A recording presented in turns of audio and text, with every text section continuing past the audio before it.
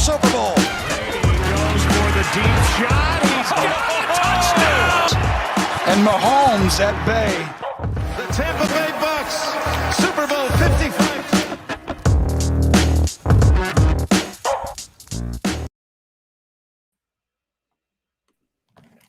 Hello and welcome back to the Bucs Banter Podcast, episode 32 to be exact.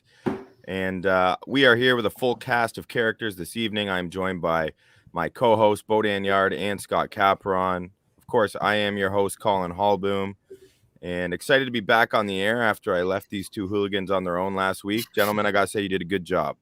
That was a flawless intro. I fumbled the bag on that, so very nice. Fun. Very nicely done. Very happy Collin, to have you back. Hey, great to have you back. And intro almost as good as that hat. Oh my God, I love it. Thank you. That's so good. I had to continue to add to the arsenal. You know, we can all get better during the bye week. And have we seen? Has Brady worn a creamsicle uniform yet? Do we know if they've worn one in the last 2 years? Definitely not this year. I don't think so. Well, he actually wears one every day in practice. That's like the color of the quarterback red. Oh, the quarterback, yeah. So he looks good in the creamsicle orange for sure. Probably next truly year. Truly one of the better uniforms in sports, honestly. Like in the past 30 years. It's just unreal. Brady's thrown out some teasers that he wants to get it going. I mean, most Bucs fans are all in favor. So the league finally gave teams the approval to alter the helmets. That was for whatever reason, the hindrance or the reason they couldn't go ahead and do it. So I think like starting next year, they'll be able to. Yeah, I think it is next year. I think you're right. That's the whole reason why, because it would look kind of silly with the current uniform helmets wearing those jerseys. Yeah, that would look bad. Yeah. But it's like, how is that? I know. In any way a hurdle? Like, just let them paint the helmets. What the hell? Exactly. Just get two helmets. Maybe don't even have to figure it out to like think about it for too long. It's a $1 trillion sport, but yeah. Just truly a rule for the sake of a rule there. Like, maybe they just wear whatever they want and then fans buy those jerseys. Like, how sick would a Godwin creamsicle Bucs jersey be? My daughter's house league basketball team has like 3 uniforms. Like, they can't alter their apparel for a week in the NFL. But hey guys, if this is the only thing we're complaining about with Roger Goodell, like he's doing a great job. God bless him. Nothing else, right? No other worrisome. It's really holding the league together. I heard Aaron Rodgers is going to be running for commissioner. For the next leg. The owners would be ecstatic about that. Hey, he's uniformized. Yeah. He's uniform. Oh, that's good. That's good. Anyway, start with that. He'd kill it in that room. Hey, just the smartest guy in there, just letting all those billionaires know what to do. Yeah, he'd be really gets good. It. You know, he's just he thinks of himself as a critical thinker, right? So right there, when someone labels himself that way, you know that they are not at all a red flag. I know that for sure. Joe Rogan is immediately appointed to like deputy chair. You know, it's funny because like I've rolled a few ankles playing basketball. Like definitely had the flu a couple times. I immediately go and look up old Joe Rogan podcast just to see what he would do. So it makes a lot of sense that Rodgers would do the same thing. I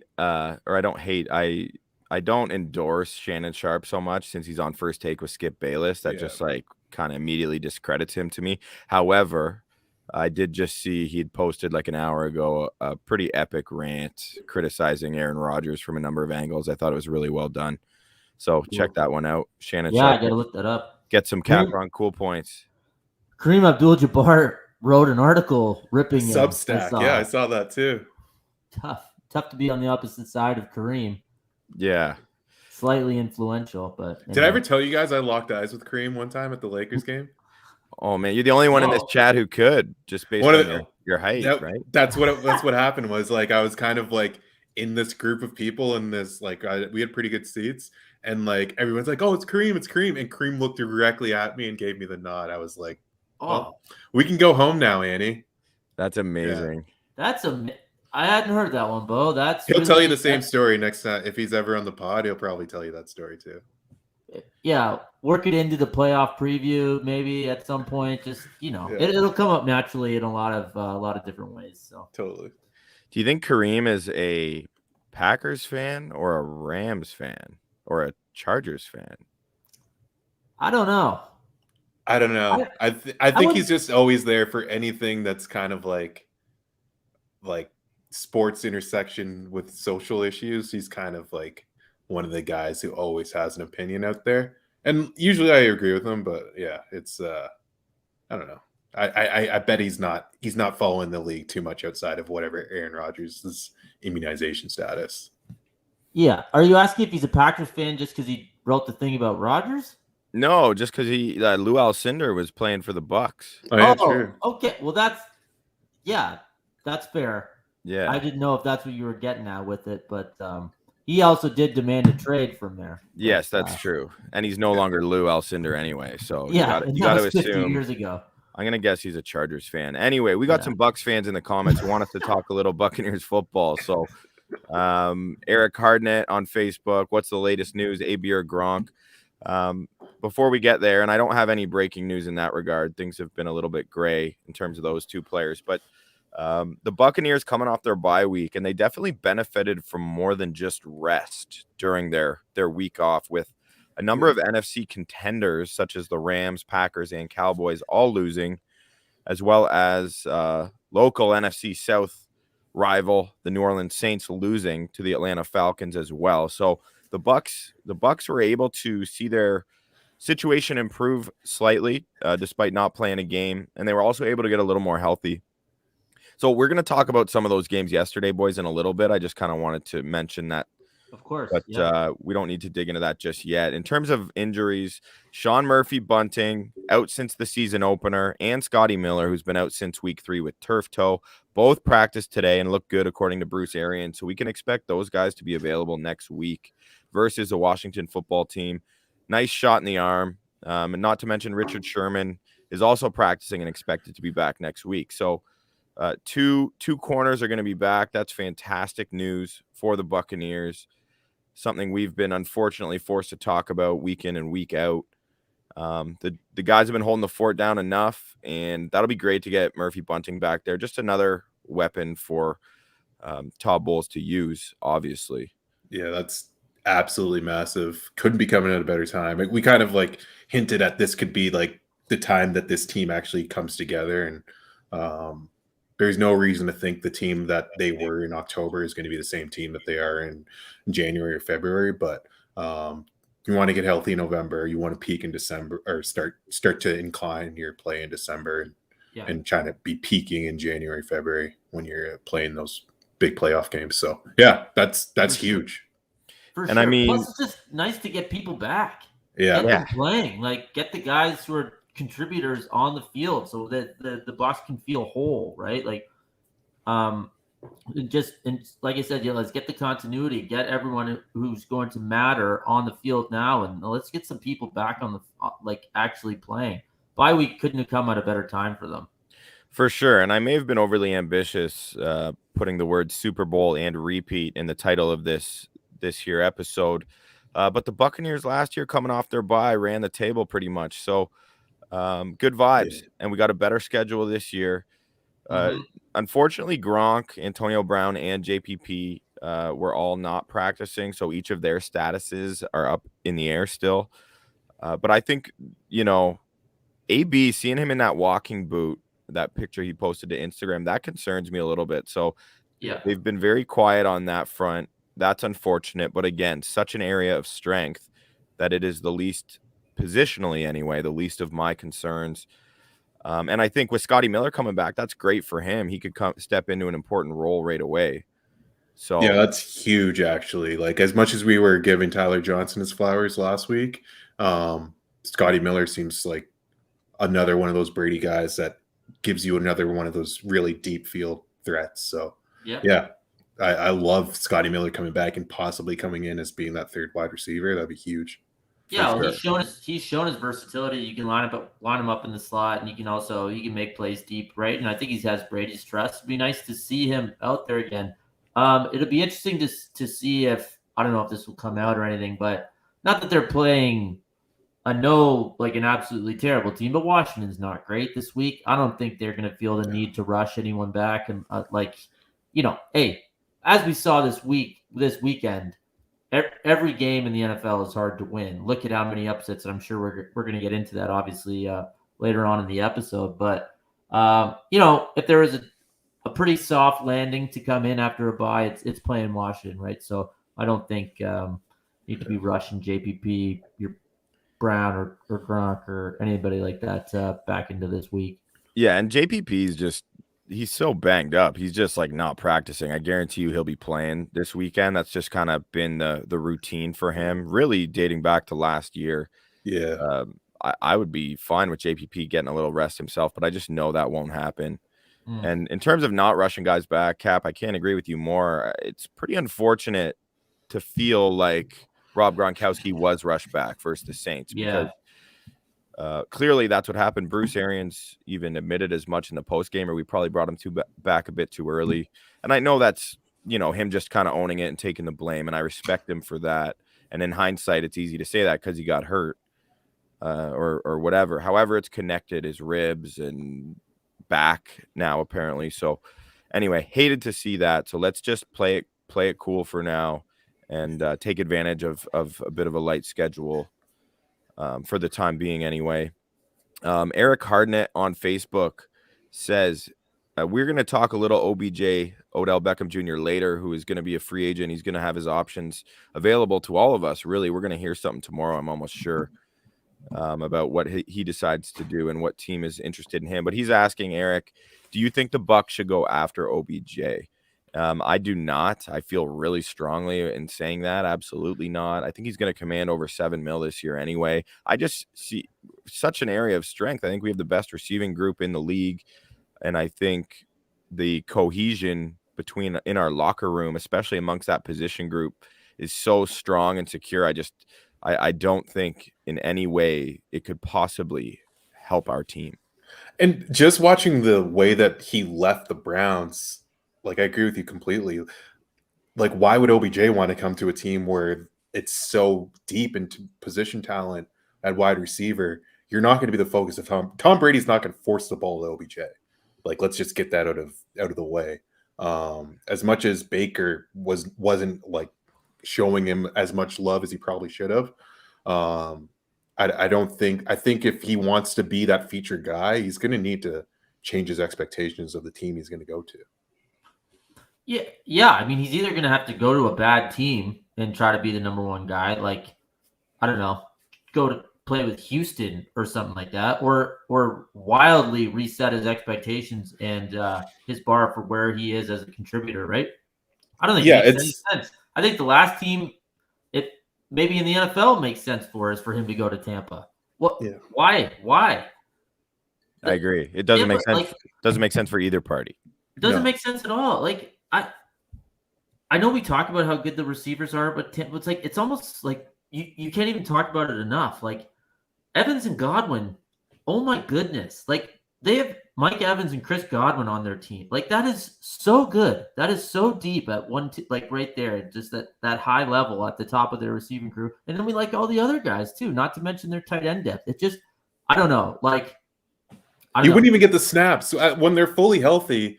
Like, between like AB, Godwin, and Evans, you wouldn't even get the snaps you were getting with the Browns. So I don't know. Totally I would be totally out on that move. I'd be like, oh, AB must be extremely hurt, and they must be like worried about the health of that position group. Or if there was some sort of trade earlier in the season that they could get in another pick or something like that. But just putting him on the team, I just don't get it. I just don't understand it at all. Yeah, and then Eric goes on to say on Facebook, Tom Brady and OBJ wanted to play together before, connect the dots. I mean, maybe so, but in New England, maybe. Yeah, exactly. He wanted to play with Antonio Brown too. He's since got Antonio Brown. He's since got Rob Gronkowski. I mean, I just think too many cooks in the kitchen times 1,000. If you look at the current roster, I just don't think it's a realistic option at this point, Eric. But anyway, that's in terms of OBJ. I mean, while we're on the topic, what do you guys think? Like, I don't know. No one really knows for sure what's going on in these front offices, who really wants him. Today, there's a lot of talk about Seattle, that being his preferred destination. That's an interesting one. That. He kind of would slide in quite nicely in terms of being a in-between version of what Metcalf is and what Tyler Lockett is. It kind of would give them that. That's a pretty No. good trio. And I you're actually, right, I actually don't love that one because of that whole like the wide receiver room of the three of them and what DK thinks he is and what DK has shown he could be. OBJ, almost like the timeline of that doesn't really match up to me. Are you Bo? Are you, sorry to cut you off? Are you ultimately saying you don't think it would be good for Metcalf? You mean like it would be like, or are you talking right? I feel like I think he'd have to take a step back, for OBJ, honestly. Whereas if anything, you'd like to see Metcalf get more touches. I want to see him do more, which is something I said when we were previewing that division. I was like, I want to see DK have like a monster year. So, I would be disappointed in that. I would be like, I don't really see how that could be a long-term fit. I could see how that could be a 1-year fit. But that's possible, and especially for it is definitely possible. Yeah, and with that the Wilson injury that put him behind the 8 ball to really get hot in the second half of the season to have any shot at making the playoffs, right? I don't see it. I don't think Seattle's very good anyway. I don't see it even with Wilson. I mean, obviously they're better, but I don't know. We'll see. Like that whole thing. I had the if you throw out another team, I had the Ravens. Like as much as I love Rashad Bateman, I love that Rashad Bateman's coming alive a little bit.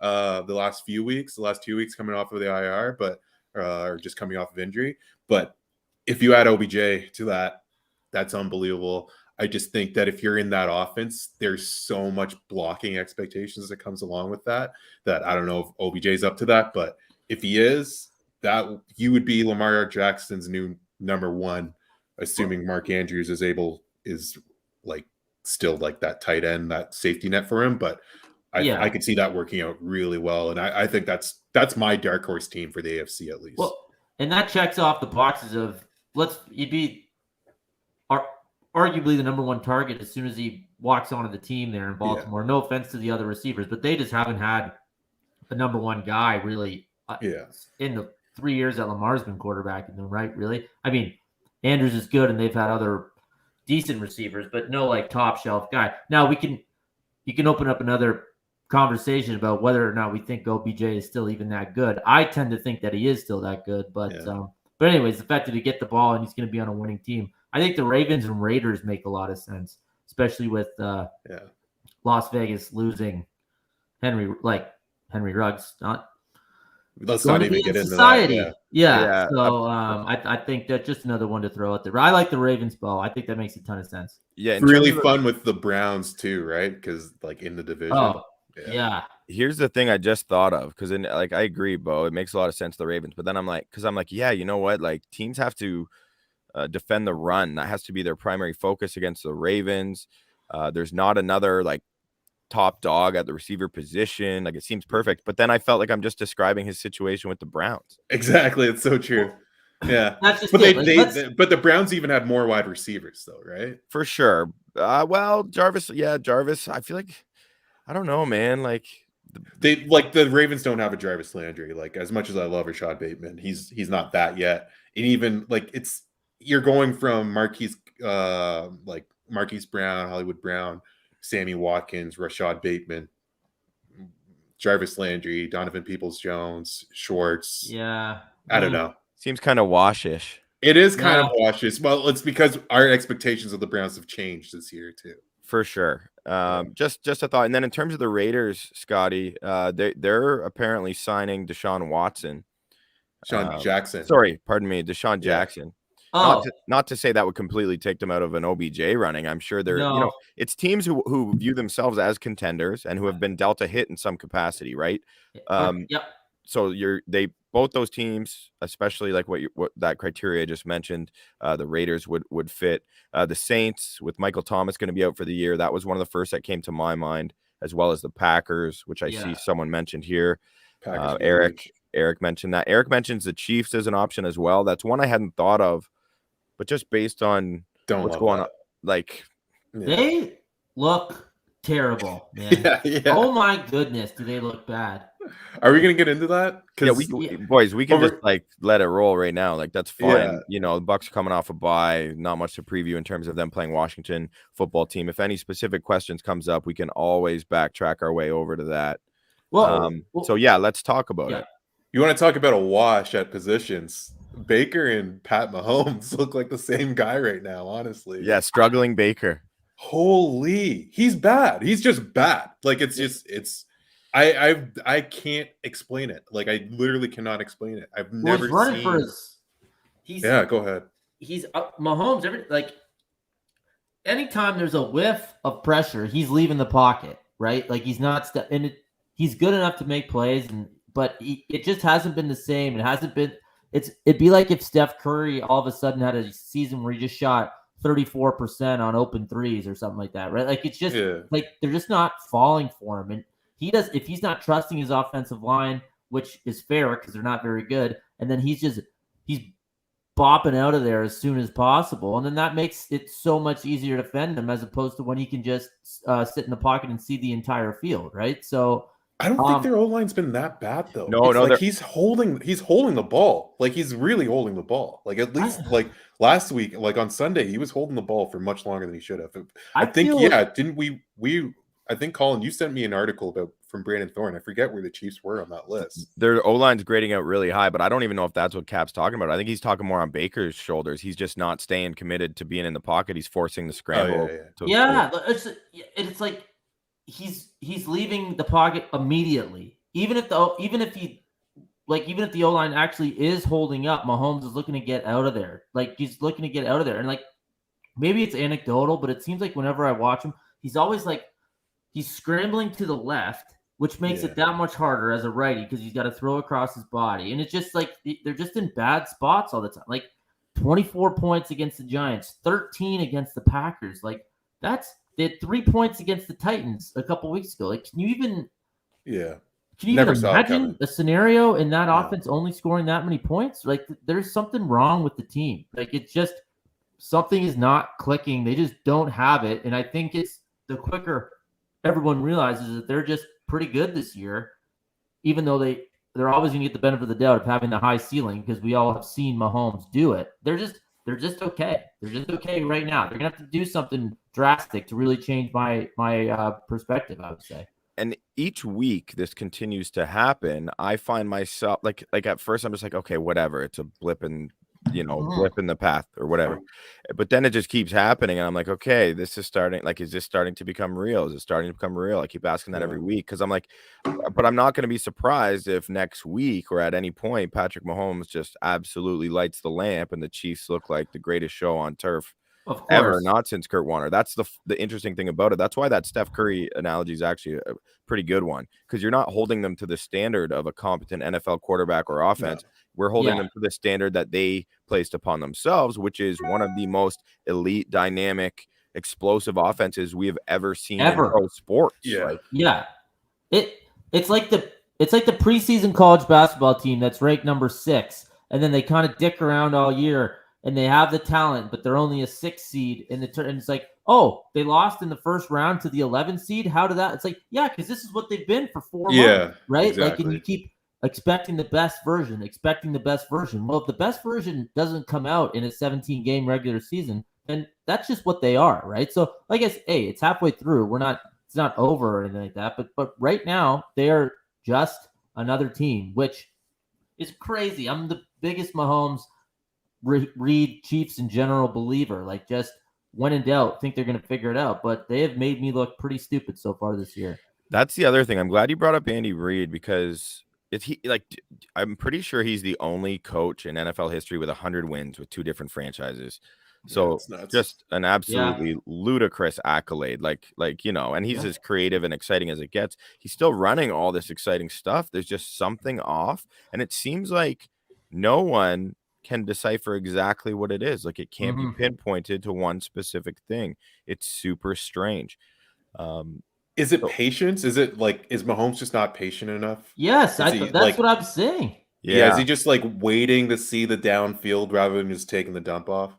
Yeah, and all of that. Plus, they're not getting out to any leads. So all of a sudden, if the other team gets the ball, and knowing that Kansas City can't stop anyone, they can just run it down their throat, which is what they've been doing. And then Mahomes is down 11, or he's down 2 scores, and it's just that flipping the switch ability to just get right back in the game just hasn't been there, and it feels like they're never playing with the lead. Even the Giants game last Monday night, I guess, Bo, we would have potted just before that game, right? Like, that was in doubt the whole time. Like, they didn't necessarily look like the better team. They just kind of happened to win the game. Like, and 13 points against Green Bay. Like, I don't know, man. It's just strange. It's just strange to see that. Yeah, even though they won the 13 points, playing against Jordan Love as well on the other side, like the other team wasn't putting up points. He had plenty of chances, plenty of time of possession without looking at the actual time. Like, I don't know that for a fact, but that has to have been the case. Really, really strange. Yeah. But like, if you look at the standings, they could easily just win this division and have a home playoff game, like at least for the first round, right? Like, it's so crazy that they're in this position playing this badly, and they're still kind of the favorite in their division, at least. Yeah. I'd have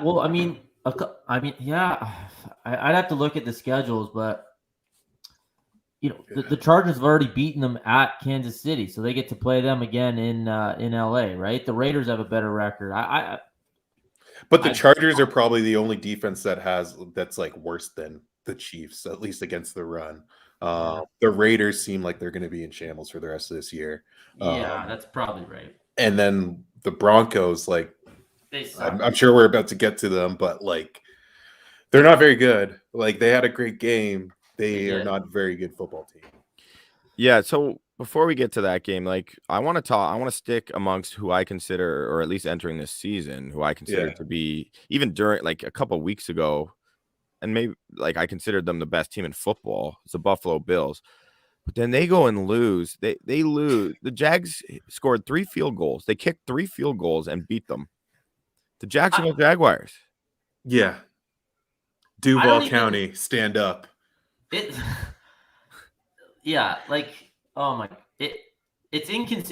honestly inconceivable that that's even possible. Like, watching the way Buffalo's move the ball against other teams, unstoppable. Yeah. I can't even foresee a world where they scored 6 points, especially against Jacksonville. That is just the epitome of the craziness of the league, though. Like, 9-6, the Bills lost to the Jags. Are you kidding? Like, what are we supposed to do? How are we supposed to bet on these effing games? Like, not that I did on that one, but I'm looking at all the scores. It's like, all right, Buffalo, you gonna score a touchdown at any point? Like, you gonna get across midfield at any point? Like, that's so crazy. We might look back at the end of the year, and that might be the most ridiculous result of the whole season. Easily could be. They kind of hinted at that last week, though, against the Dolphins, right? Like, they didn't work out until the second half. Yeah. Vegas made out like gangbusters. 11. Yeah, had to have. Hey, did you guys read this story about the Manning cast curse? Oh, yeah, I saw that. Did you see that? Yeah, they goddamn Mannings OS 2 wins. Yeah, exactly. So Travis Kelce, Russell Wilson, Rob Gronkowski, Matt Stafford, Tom Brady, Josh Allen now all lose the following week after being on the Manning cast. Like, you know what? And like, a few of them are like, holy, what happened to their seat? Like, Travis Kelce, what's going on? Wilson ends up breaking his finger after that one. Gronk is out after that one as well too. Like, all I can say is it's really nice to see good things happen to good people and have Urban Meyer get a win like that. Like, that's a true karma situation. Like, oh my God, he sucks. I heard he flew up to Ohio just to celebrate, go back to his restaurant with his family. With his family. They did the old 12 o'clock midnight family style. So that was super sweet of him. He made everyone else pay, but nice family stuff for the Myers. He's really been motivated since you called him out, Scotty. Well, I don't want to say that I lit the fire, but I'm pretty sure he's a subscriber. I think he's smashing that subscribe button on Bucs Banner. He's the worst. Wins on 2 continents. Who would have thought? What a guy. I want Globetrotter. I want to keep this podcast under 6 hours, so I'm going to shift away from Urban Meyer because I have to say, I don't know if you guys I don't think you talked about it last week. I caught most of the show, but how good is the Manning cast? Like, it's so good. Yeah, Great. It's an entirely new way of watching football, really, unless you're engaged with like some kind of live stream from a football opinionist whom you like respect. us. You mean like us? Well, Well, the point is, it's still not two of the best. Well, I don't want to say Eli is one of the best because I don't even think he's a Hall of Famer in my personal opinion. But regardless, two of the most intelligent football minds who are brothers. It's just such a unique dichotomy. I can't wait to see what they say about Big Ben tonight. Like, seriously, that's reason enough to watch because he's really, They just protect kind of their counterpart, both of them, right? Like they played against like Eli and Ben in the same draft, and obviously Colts, Steelers, a bunch of AFC games or big AFC games in their careers. But Ben is so bad, and on Monday night tonight against the just as bad Bears, like I'm legitimately excited to see what they say about those teams and Ben especially. Are we sure that the Manning cast is even on? I don't think it's on tonight. No. Oh, come on. I know. I know. Yeah, they're clearing out. We could just start taking over. Maybe we just shift the podcast into a simulcast or whatever they call it. Should we check our email? Maybe we got tagged in by ESPN and it just went to our junk mail or something. Yeah, that happens a lot actually. Oh, tough. I was supposed to host the Grammys. I had no idea. In terms of AFC games, the Browns really kind of, in the wake of the OBJ drama, I thought they really asserted themselves against the Bengals. And of course, the Bengals are now teetering with this precipitous drop in terms of how they're playing. But the Browns just kind of returned to what I think is their identity, which is just smash mouth physical football. Well, that was so as a Cincy backer this week, I could tell you when Burrow threw the pick six after marching it directly down the Browns' throats to start the game and then throw a pick at the 1 yard line and have Cleveland, I think it was Denzel Ward, return it. It's like to the house. Yeah. That's such a big swing. That's a 14-point swing just like that to start the game. And it's like, okay, there's lots of time. They're only down 7. But it just it removes your margin of error so much when you make a big mistake like that, right? And then a couple more turnovers, and it was 24-10, and Cleveland got the ball to start the second half, and since he stopped them, but then Jamar Chase just missed the first down. They kicked the ball back to Cleveland, and it's like already halfway through the third quarter, but since he hasn't cut into the lead at all, right? And then Chubb just absolutely trucks a few guys and takes it 60 or 65 to the house. He's so good, man. He's so good. He's so good running behind that line too. Like, really, their interior offensive line is really special. At least that portion of the unit, and to watch them in tandem and with Kareem Hunt being out, it's kind of nice because you get to see the Chubster eat a little bit. Like I bet his over, and it was almost 90 yards yesterday, but I had the over, and I didn't for once be like, oh, should I not? Like, just felt so good about it. And then we could never do that to Nick Chubb ever again. The like, I don't know if with the yards thing. I thought we agreed never to talk about it again. No. I never agreed. I agreed that we'd never talk about the Super Bowl loss. But good call. Yeah. I don't know how much of that game you guys saw, but Burrow, I just really had to force it into some tight spots, and kind of staring down Jamar Chase a few times. A couple tipped balls intercepted where I think one was a bad break, but one it was never getting to the guy. And anyway, I don't want to put it all on that first play, but that's like a tough mental way to start the game when you have such a nice drive. You drive at 90, well not 97, like 75 yards or whatever, and then end up not even kicking a field goal. They would have been disappointed, let alone now being down 7. That's just, I had a bad feeling in my gut the whole rest of the game, and luckily I got to turn it off with 5 minutes left in the third because it was so bad. But I don't know, the Bengals they might just be a year away. Like it's maybe. Yeah, you know what I mean? Like they might just be a year or two away. That's high highs and low lows, right? Exactly. When they look good, they're gonna look so good. And Burrow is still very young, so he looks so poised, and I love just how the ball leaves his hand. Even like some of the little things just seemed perfect. It's just such a natural motion for him. But he has shown an affinity to turn the ball over compared to what he was very good at not turning it over for a good chunk of his career, or the majority of his career, until the last few weeks. So that's something he'll need to correct, but I'm confident they will. They still need to add pieces in important places. They got dynamic receivers and a dynamic quarterback and a really capable running back, and their D's been all right, but they got lots of issues with the O-line, which I think makes the young quarterback's job a lot harder as well. So he just didn't have his best game, and then if a good defense knows you have to throw, then it's hard for anyone to throw on a team like Cleveland, or anyone that knows that it's coming. So anyway, tough loss for Cincy, and that's coming off that Jets loss, though. That's 2 very uninspiring weeks in a row. Rich 0665 says Burrow and Chase will be even better. He's watching us on YouTube. Rich, we're big Burrow, big Chase guys here. We were coming into this year, going into before Burrow's rookie year. So you've come to the right place, my friend. We completely agree with you. So yeah, there's no arguments there, my man. In terms of, how about the Cowboys? We're all praising everyone, I feel like, is talking about them as legit Super Bowl contenders, rightfully so, based on their performance surprisingly on both sides of the ball this year, on how Dak's incredible season. And they just got, the score finished 30-16 for Denver, but that's not even indicative of how much the Cowboys got trampled.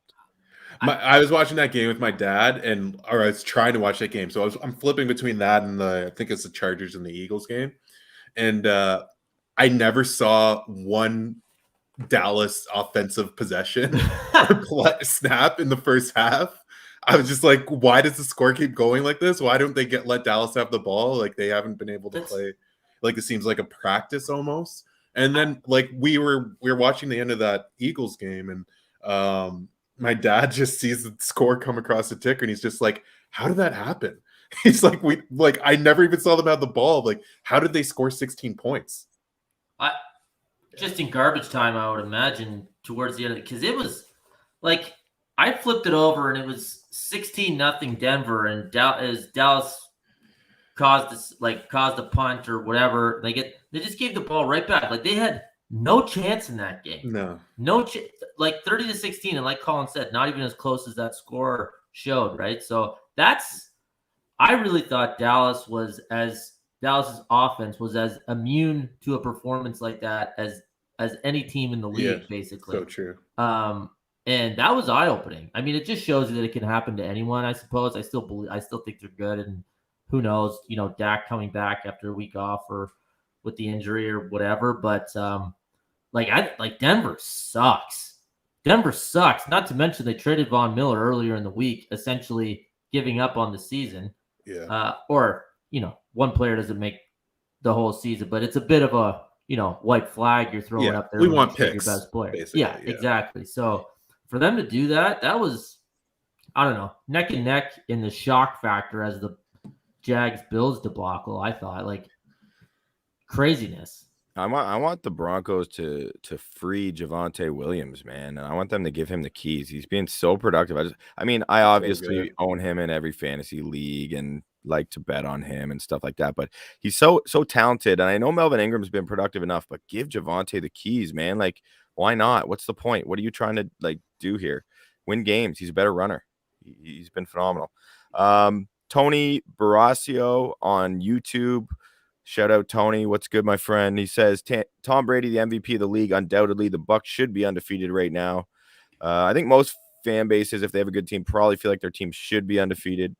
Fortunately, they aren't, but I totally agree. Tom Brady, MVP. I mean, he has surged to the top of most sports books ranking for MVP, actually, depending where you wager your sports bets. That was in the news today, but the fact that Brady, I think he's at least equal to Josh Allen in some books, but he has assumed the position of the favorite. Kyler missing a week, I guess, has had an influence on that, because last I checked, Kyler or Josh Allen were at the top of the ranking. So I'm pretty sure it's Josh Allen. Yeah, Allen, Brady, Murray, Stafford, Prescott top 5 with Rodgers, Lamar, Herbert. Wow, you just have to be a quarterback, eh? I mean, I know that's not a shocker, but it's a pretty good indicator if you look at the odds. Derrick Henry I would was doing all he could, and Unfortunately, wasn't enough, or it was too There's much. no chance. You wouldn't bet on Josh Allen right now, would you? No, not at 4-1. Like, either. it just doesn't feel like he would win it. If he was having the same year as last year, he'd be the runaway candidate right now, right? Yeah, I don't. Also, if they're going to lose to Jacksonville, then they're going to lose a couple other weird games, I think. Yeah. They're still good, and they're obviously going to be a Super Bowl contender, but I don't think they're going to have this. Well, now like the 15-2 record with crazy stats to back it up is out the window, right? So I think that's gone. I mean, if we want to take a quick look, I'd be looking at Lamar at 12-1. He just does so much crazy stuff, and is the they could easily get hot. Yeah, and is the reason why they come back in these games, right? So, and their record's going to be good. Just from a value play, I would look at Lamar 12-1. But we should probably give the Ravens a little bit of shine here too. Like coming back 14-0 against the Vikings, and the Vikings played well. The Vikings played really well last night or yesterday afternoon or whatever you want to call it. Ravens are really good. Just to be clear, though, boys, it was like all over Twitter this morning that Tom Brady was tied with Josh Allen. So I think there's been a correction in the market. I bet you a bunch of people then just hammered some other people, but I'm just saying. It is extremely close. Brady's obviously completely worthy of being there, man. We know the Bucs are going to be good. He's putting up great numbers. Imagine if he wins the MVP. Like, seriously. Well, he's on pace to like break like all these records. He's in a landslide. He's like the top graded quarterback according to PFF. There's a number of metrics that support him, and they have a cushy schedule the rest of the way. So I really and I mean generally the MVP award is not decided after week 9. You know what I mean? No. So if the Bucs go on a roll, I mean absolutely you got to consider it. And I think now, like a lot of people said, there was the voter fatigue, and that's why maybe Brady wasn't even a consideration for the award in recent years.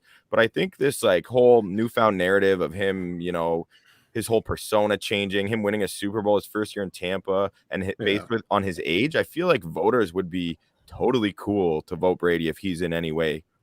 I think so too. I agree. I think it's flipped. I think that he's gonna have a good story. That's for sure. Yeah, I think that positive story outweighs the negative Brady Patriots stuff that he probably deserved a couple more when he was in New England, right? So yeah, like if LeBron went to Charlotte, like it's the same thing with LeBron. He's not getting consideration. If he went to Charlotte and they won the ship, like I don't know. Yeah. Next year, anyway. Reaching for cross-sport comparisons here, I guess. I mean, as long as he'd be okay with deferring to LaMelo, but right. Yeah, or Michael Jordan being his boss would be I think he'd be not pumped about that. Yeah, I don't see that happening. What boys, I'm just like, I think it needs to be discussed because the 49ers, everyone was like expecting this. It was almost just assumed that they were just going to pick up where they left off after having an injury-riddled season last year. Yeah. But boy, that is not how it's gone. A number of important coaches have left the team, and maybe that's had a factor. I have been praising Shanahan as an offensive genius, and I still believe he is one. But clearly there's something going on there that's weird. Like the whole Ayuk situation was confusing to start the year. He seems to have like guys in his doghouse, like the Trey Sermon. I mean, I guess this Elijah Mitchell guy was playing really well, but aside from like minor personnel decisions, like what's going on with this team? Yeah, I like 32-40 for is Shanahan's record. Yeah, Kyle Shanahan's record, 2-1 in the playoffs. Like, I don't know. Like, I hate to say that it's him, but I think like the organization in general made a huge mistake. I can't believe I'm saying this, not taking Mac Jones in the draft. Well, let's staying put. But go ahead. Well, yes, you're right. So because they could have just stayed at 12 and then had an additional 2 first-round picks and something like that. So you're right. In hindsight, at this point, likely could have flipped Jimmy G for a lot more than they can now. Yeah, or they could have took Fields, which I still would have done. Which I think we'll probably like. I'm excited to see him in primetime tonight to try to like have another shot at showing the world that he's that guy. But yeah, they could have taken Mac Jones or Justin Fields, and they didn't. And I think that's going to be the thing that if I was a 49ers fan, I'd be like, how are we having this season after doing what we did this summer? It's a lot on Trey Lance, and then they're not even playing Trey Lance. You're playing Garoppolo, who's not very good. Like it's a little confusing. It's like they're trying to be like, oh, we're being patient with our young guys, but I mean, I don't know. It's weird. It happens every year. Like teams just don't click.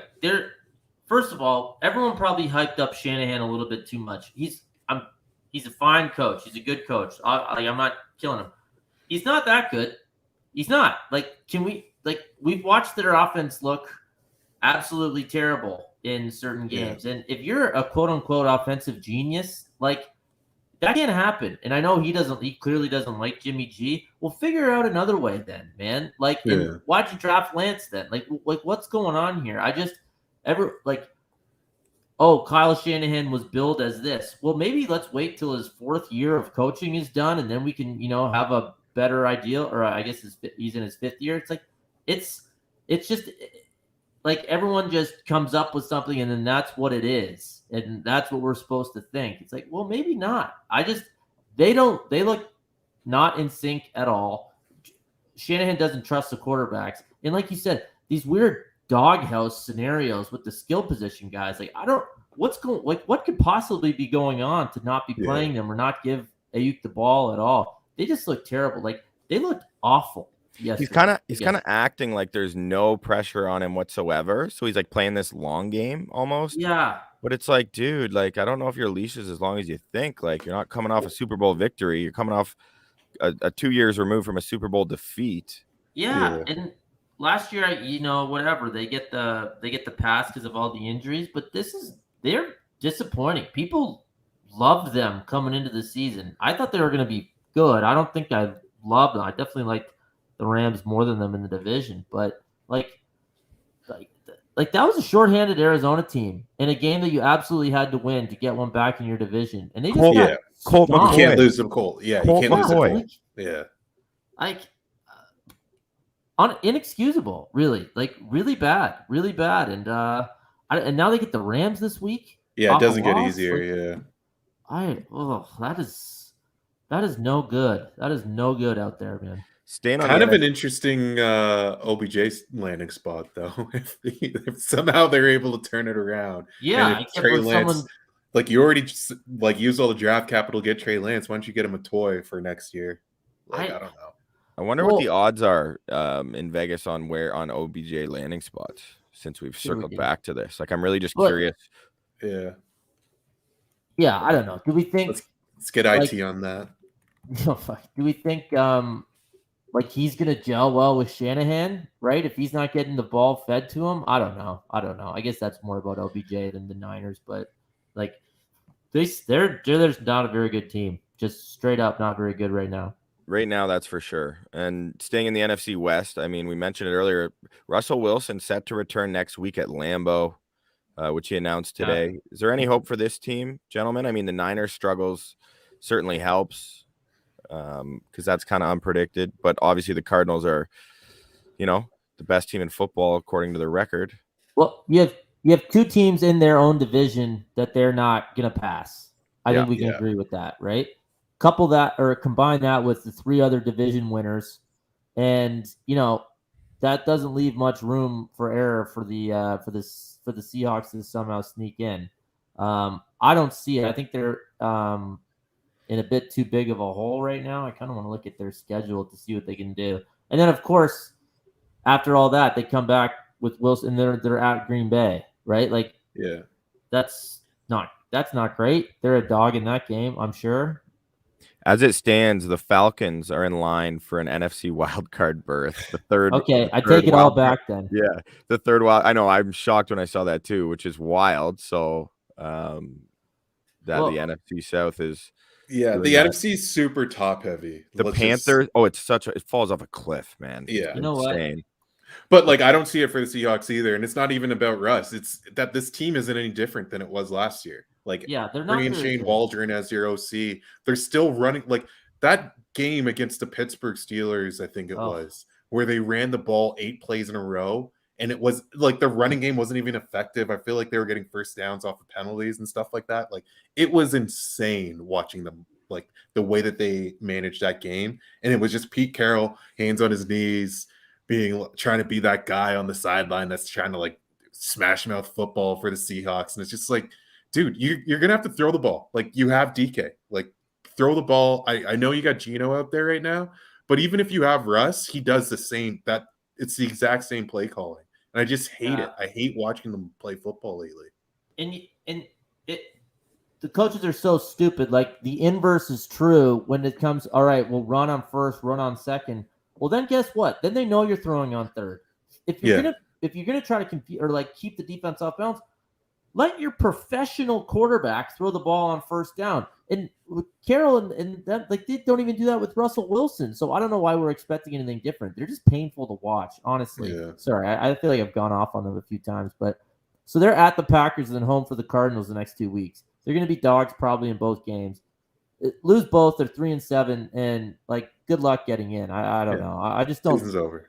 Yeah, combine the record, and I just now, like you said, the rest of the NFC is not very good, but like, Atlanta's in, like, Carolina looks awful. Oh, I know. These other NFC East teams are all 3 games below 500. Like, maybe the Vikings get to 9-8 there because they're not terrible, but their record is bad. I don't know. I don't know what's going to happen. See, even if Seattle somehow makes it, they're not any good. So it all comes back to the ongoing theme. The NFL is fricked. Yeah, seriously. Well, the funnest part about this for Seattle is that their schedule will have a top 10 pick, except it goes to the Jets because of that Jamal Adams trade. Oh my God. Yeah, like, shout out to the Jets for winning 2 games. They still have the 4th pick overall and the 10th pick overall right now. Unreal, man. They see the quarterbacks, and the Jets are showing something these last few weeks. Like, they're actually playing hard. You know, I know they got smacked down by the Colts, but it was nice to see Elijah Moore make an impact for now 2 weeks in a row. He's been close to the week before. He at least had like almost 70 yards receiving. So that's a guy. I was very, very interested to see how he'd play in the pros. And I don't want to sit here talking about the Jets, but he's an exciting. That Thursday nighter legit felt like a preseason game. Like, it had the vibe of a preseason game. Josh Johnson was playing. Wasn't a packed house. Like, it was. It really felt like if you looked at the calendar, it would say August 13th or something. I was furious. I had just dropped off my Josh Johnson Bucs jersey at Walmart like 6 years ago after I thought he retired. And I see him on the screen, and I almost fell out of my chair. I was like, Josh Johnson, is this a? To be fair, his family did the same thing. And then they showed a live reaction. Where is on Josh? I thought call. he was doing the dishes. Yeah. Josh doesn't answer the text. Oh my God, he's in Indianapolis. I thought he was doing the dishes. That's good. Josh. These are gunked up. Oh man. So I don't know if you guys heard. I don't know if I said this earlier either. It is Monday, but Damon Arnett. They cut Damon Arnett. I don't know if you guys saw him with like an Uzi or a firearm and like threatening, like just being a total. Yeah. Death threats. Just like what can you even say about the Raiders right now? You know what I mean? Man, the Raiders have hit the rock bottom of rock bottom. Like, it's after like one of the most inspiring starts to the season ever. Yeah. Like with their new stadium and everything, and just kind of being like, oh, we're gonna be better than the Chiefs this year, to just like, what the hell is going on? Oh man. Unbelievable. So now, to make matters worse for Mayock, who's left in the ashes of John Gruden and all the decisions they've made collectively. You're always backing Mayock, man. You would back you would back him into a volcano. I know. I'm like, poor Mayock, poor guy. Oh, little Mikey Mayock, what's gonna do? Yeah, I was pretty critical of Mayock come draft season, buddy. If you run back the tape, your boy. I'm just gonna stick with what I do. Leatherwood. So. Your boy Leatherwood. That was the worst pick. Oh my God. But anyway, that guy needs a clue. Hey, in what was in 2020. So now Ruggs and Damon Arnett. They had 2 first-round picks in 2020. That's the 2 of them. Both been cut already. And Arnett was a question mark in that, like, at that pre-draft. Like Yeah, people he were was. like, I don't know about this guy character wise. It was Well- considered a reach at the time because he was Yeah. playing alongside And a reach. Okuda, right, at Yeah. Ohio State, Oh, and he was considered like a second rounder by most. But Okuda also has had a horrible start to his career. Obviously, he's hurt. Yeah, hurt more than But- anything. you hate to see anything go wrong for those Buckeyes. Like it just, oh my, you pour so much into it. You just want to see them reach their top potential. And tough scene to have 2 first rounders a year ago, and neither of them are on the roster. Obviously, some pretty specific circumstances in the Ruggs case, but yeah, Also, not like- what you're looking for. Big picture, not the greatest endorsement of having a professional team in Las Vegas. Seems like that might be an issue. Yeah. who would have No, thought? I didn't see it coming. I've been to Vegas a ton of times. Wonderful family destination. Go to the buffets, just hang out. He's not and- even joking, folks. This is actually how he feels. Yeah, I this is can't his believe real it. Vegas I really, life. I just the pools are nice. I can't believe that this Bodan goes to spas. Vegas. Bodan, you know how like sometimes you like maybe need to take a few hours to like go to the mall or something to clear your head, Yeah. get away from your family, just kind of be alone. Bo does that in Vegas Yeah. alone. Yeah. We crashed his last solo trip to Vegas. He I was called pretty it a pissed, actually. meditative retreat. He just And- goes for the robes. He just looks for a comfy robe and just like walks around looking for ice in the hotel. All I need is a nice ice machine and some good poker. Let me unwind for a few hours, and I'll Well, head back. apparently that's not what the Raiders football players are doing. So, Seriously. I don't know if you could lead a tour of some sort. Yeah, seriously. Wow. So as we're winding down here, just a couple minutes left. I just want to circle back to the Buccaneers who are playing Washington next week at Washington. The early line is Bucs by 9.5. Any thoughts on that game, fellas? Like aside from like that you want to talk about? I mean, Washington's been a bit of a disappointment this year, eh? We expected this like juggernaut on D. I think we all thought they could legitimately contend in the NFC East. Apparently, we were just willing to overlook the quarterback position completely in doing so. But they've been a bit of a disappointment this year. I don't know. Yeah, big disappointment. Absolutely. I was like, I think I was the one on the pod the most being like, this is one of the best defenses, or Yeah. project to be one of the best defenses in the league. And they just haven't been that. Chase Young's still good, but it just doesn't seem like they're able to get to the quarterback as reliably as they did to close out last year. So I think a lot of Bucs fans too. I think if you are a Bucs fan, you probably thought like, oh, this team gave us probably the most trouble in the playoffs last year, right? So it's shocking to see that this is the year they've had, and 9.5 seems appropriate, honestly. Washington is just like the literal shrug emoji. Like, who cares? Yeah. Has anyone had a discussion about them? Have they done anything noteworthy? Have they just done whatever the line was in their games? Is probably like that's probably who won. You know what I mean? Like, I feel like there hasn't been any sort of upset or anything. Like, I don't know. Shrug emoji and the team perfectly titled just Washington football team. Washington football team. Here you go. We are a football team technically. We play really on brand Sundays. with the on brand with the roster and performance. They're really sticking to that. They do Yeah, play I mean- football. I'm looking forward to watching though. I'm looking forward to seeing some of these Bucs back in the lineup. See how Brady looks after a week off. And let's face it, not his best game against New Orleans by any stretch. Would not. Like we've said before, we want to see them hammer bad teams or at least play well, right? If the other team happens to keep it close because they're clicking too, then whatever. But like, let's see Tampa come out and have a 21-7 lead at the half or something. Like I think we're ready for that. Similar to the like the Bears game from a few weeks ago. I would not be surprised at all if we see that from Brady after this layoff. I think they're going to start rolling, boys, and I think it starts in the nation's capital next Sunday. I like it. Let's I go. like it. Yeah. And let's see what happens tonight. Monday Night Football kicking off shortly. Unfortunately, no Manning cast for us to enjoy. At least Louis Riddick's on there. I like Louis Riddick. Yeah, straight up, like, the normal broadcast is pretty good. Yeah, I think it is too. It's better. It's one of the best they've had in the last 5 years. People are just hating on it because it's become cool to hate on it at this point because Louis Riddick is awesome. He's Yeah. really good.